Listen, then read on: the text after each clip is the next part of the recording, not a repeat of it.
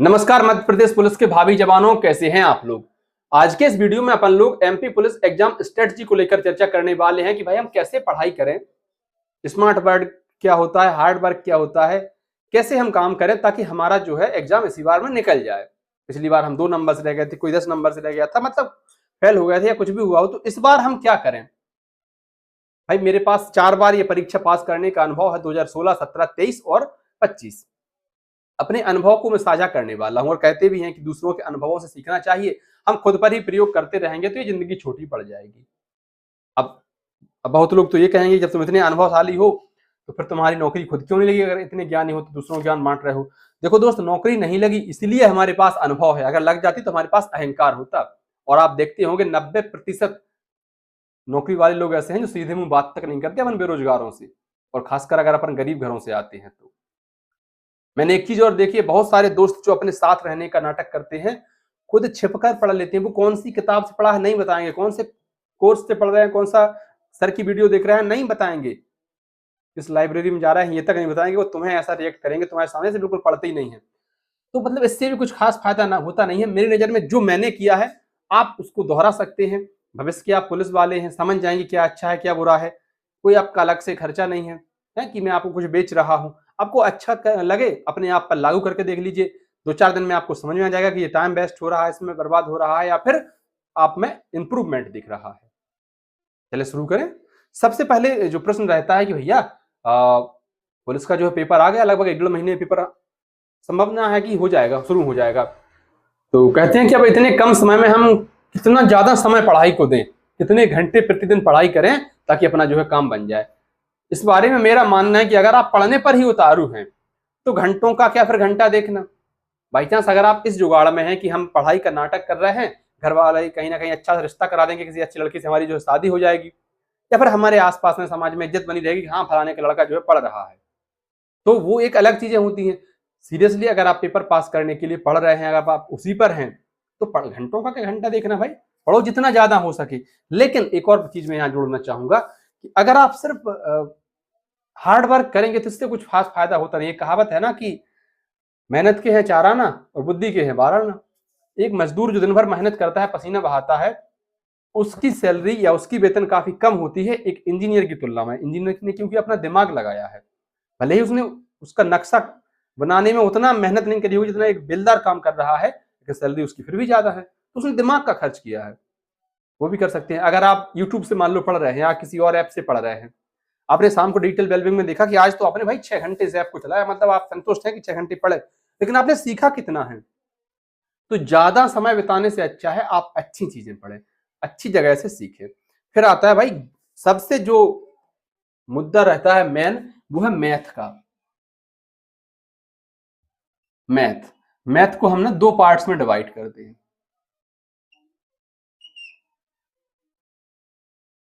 एक है अर्थमेटिक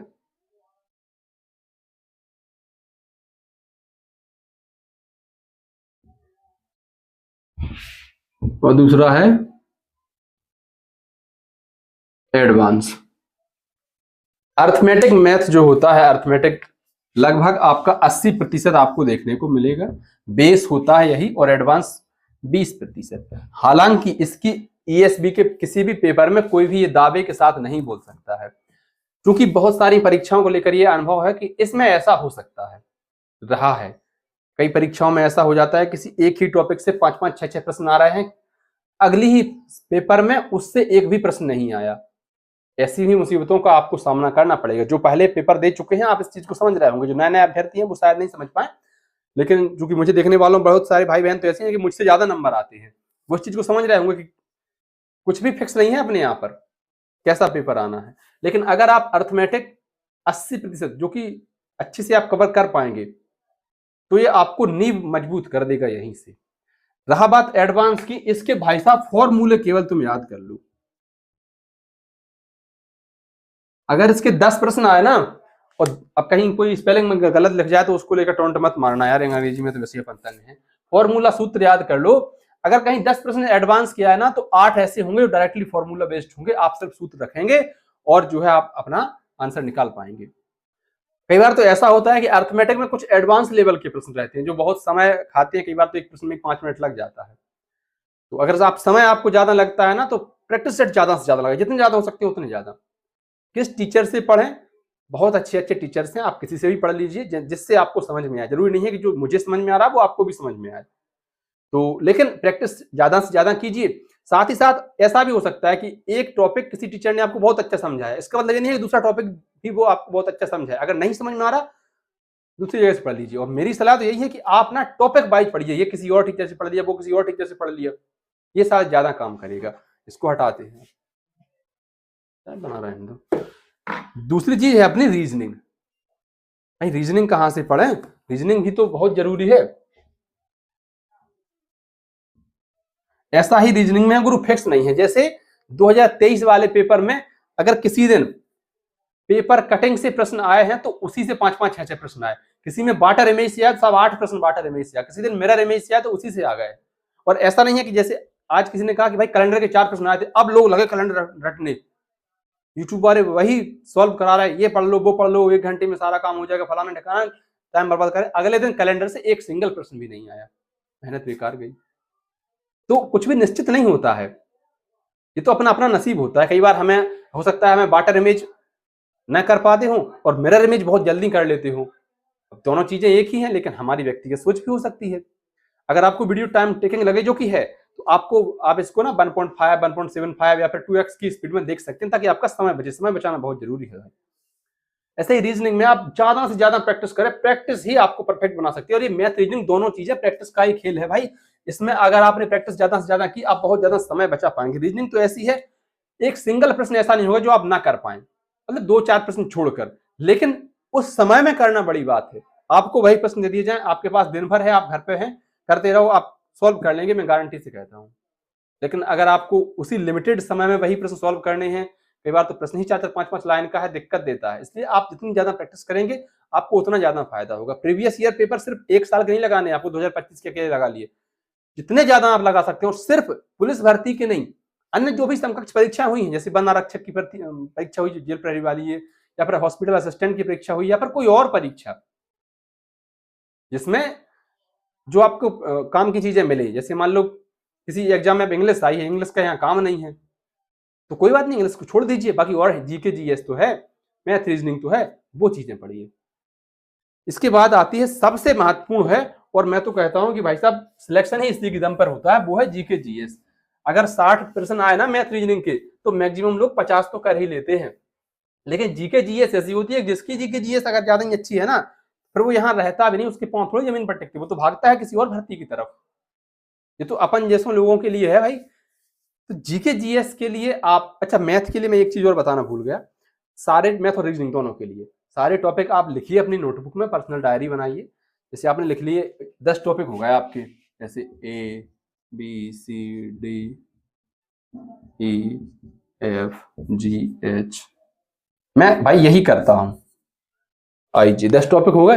इनमें से अपन को छांटना शुरू करना है। मान लीजिए ये 2 टॉपिक ऐसे हैं जो मुझे बहुत अच्छे आते हैं, मैं एक दिन के लिए इनकी प्रैक्टिस सेट लगा लूं, इनकी प्रैक्टिस कर लूं, काम बन जाएगा, सब कुछ मेरे दिमाग में आ जाएगा। इनमें से कुछ टॉपिक तो ऐसे हैं जो मुझे ठीक ठाक आते हैं, कह सकते हैं कि हाँ ये टॉपिक मुझे ठीक ठाक आते हैं, तो इनमें थोड़ा सा काम करने की जरूरत है, लेकिन बहुत ज्यादा समय खपाने की जरूरत नहीं है। और अच्छा होता क्या है ना, कि जो हमें अच्छे आते हैं टॉपिक या ठीक ठाक आते हैं, इनमें ज्यादा मजा आता है क्योंकि सॉल्व करने में, तो इन्हीं में ज्यादा दिमाग लगाते हैं। ये 3-4 टॉपिक ऐसे हैं जो मुझे बहुत मतलब कठिन लगते हैं, आते नहीं है, तो ऐसे टॉपिक आप अलग छांटिए और उन पर बहुत ज्यादा काम कीजिए। अब आप इस पर समय बर्बाद करेंगे, इससे क्या फायदा हो जाना है, लेकिन अगर आप इस पर काम करेंगे तो इसका फायदा होगा। ऐसे ही जीके जीएस में आप ना टॉपिक वाइज इसको डिसाइड कीजिए, हल्के हल्के चरणों में बांटिए। बहुत लंबा नहीं सोचना है आपको, यार इतनी बड़ी जीके है, इतनी बड़ी जीएस है। और जीके जीएस की एक और बात बता दूं, अब सीधे सीधे प्रश्न नहीं आते हैं, सेकेंडरी प्रश्न पूछे जाते हैं। जैसे एक समय हुआ करता था कि मान लो आपसे पूछ लिया जाए, जैसे अभी कुछ दिन 2 दिन पहले चंद्रशेखर आजाद जी का जन्मदिन था, तो पूछ लिया जाए चंद्रशेखर आजाद जी का जन्म कौन से जिले में हुआ था, या फिर किस राज्य में हुआ था।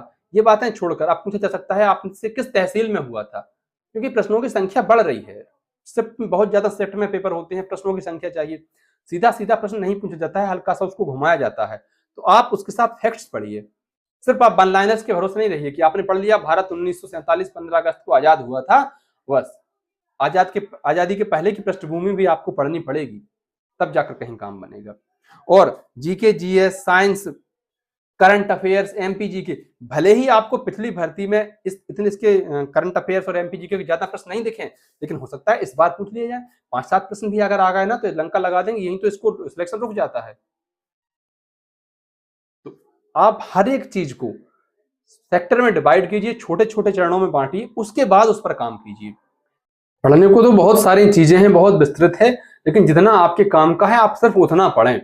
और किसी एक टीचर के भरोसे, एक किताब के भरोसे, एक वीडियो के भरोसे ना रहें। आपको लगता है कि आपने संविधान की प्रस्तावना या जो है मूल अधिकार किसी एक टीचर से पढ़ लिया सफिशियंट है, आप दूसरे टीचर से ट्राई करिए, हो सकता है वो आपको ज्यादा बेहतर समझा पाए, और एक बार दिमाग में छप गए फिर आप उनसे हमेशा के लिए टेंशन फ्री हो गए। तो सबसे पहले तो लोड नहीं लेना है दिमाग पर, एक्स्ट्रा लोड आप हटा दीजिए, अच्छे से आप मेहनत कीजिए, निश्चित रूप से आपका सिलेक्शन होगा। और क्वांटिटी से ज्यादा क्वालिटी पर काम कीजिए। कितने घंटे पढ़ा ये माने नहीं रखता, आपने कितना सीखा ये बहुत जरूरी होता है।